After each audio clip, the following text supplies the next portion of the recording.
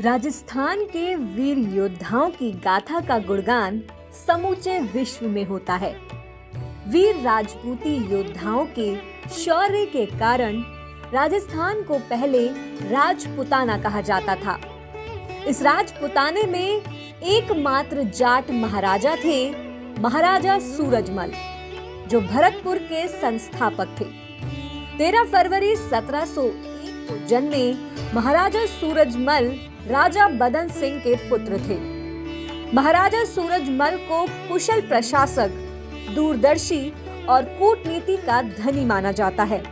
उन्होंने सन 1733 में भरतपुर रियासत की स्थापना की थी। महाराजा सूरजमल दोनों हाथों में तलवार लेकर युद्ध किया करते थे। इसका एक खास किस्सा है कि राजा सूरजमल का जयपुर रियासत के महाराजा जयसिंह से अच्छा रिश्ता था। जयसिंह की मृत्यु के बाद उसके बेटों ईश्वरी सिंह और माधो सिंह में रियासत के वारिस बनने को लेकर झगड़ा शुरू हो गया। सूरजमल बड़े पुत्र ईश्वरी सिंह को रियासत का अगला वारिस बनाना चाहते थे, जबकि उदयपुर रियासत के महाराणा जगत सिंह छोटे पुत्र माधो सिंह को राजा बनाने के पक्ष में थे। इस मतभेद की स्थिति में गद्दी को लेकर लड़ाई शुरू हो गई। मार्च 1747 में हुए संघर्ष में ईश्वरी सिंह की जीत हुई। लड़ाई यहाँ पूरी तरह खत्म नहीं हुई। माधो सिंह मराठों, राठौड़ों और उदयपुर के सिसोदिया राजाओं के साथ मिलकर वापस रणभूमि में आया। ऐसे माहौल में राजा सूरजमल अपने 10,000 सैनिकों को लेकर रणभूमि में ईश्वरी सिंह का साथ देने पहुंच गए। इस युद्ध में ईश्वरी सिंह को विजय प्राप्त हुई और उन्हें जयपुर का राजपाट मिल गया। इसके बाद महाराजा सूरजमल का डंका पूरे भारत देश में बजने लगा। राजस्थान के भरतपुर में स्थित लोहागढ़ किले को देश का एकमात्र अजय दुर्ग कहा जाता है। इस किले को आज तक कोई भेद नहीं पाया। अंग्रेजों ने इस किले पर 13 बार अपनी तोपों से आक्रमण किया, लेकिन वह सफल नहीं हो पाए। किले का निर्माण महाराजा सूरजमल ने ही करवाया था। इस किले को बनाने में एक विशेष युक्ति का उपयोग किया गया था, जिससे तोप के गोलों का भी इस पर असर नहीं पड़ा।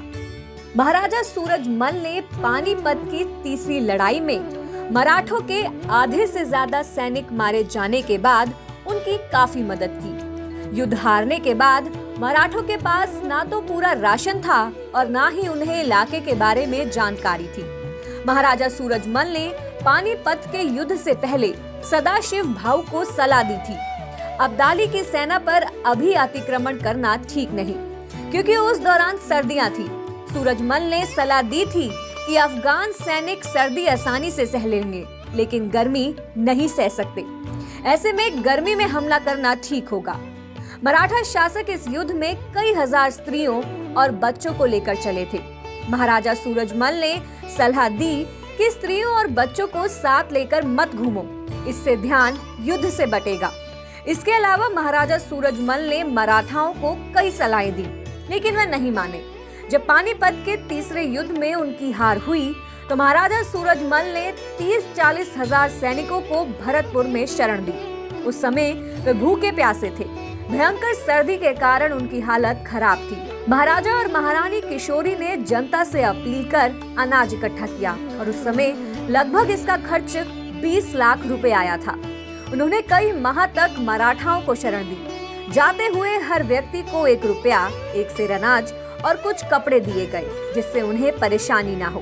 भरतपुर और आसपास के क्षेत्र के लोगों का कहना है कि हमारे इतिहास को गौरवमयी बनाने का श्रेय सूरजमल जैसे वीर योद्धाओं को जाता है, जिन्होंने मातृभूमि की रक्षा के लिए अपने प्राण तक न्यौछावर कर दिए थे।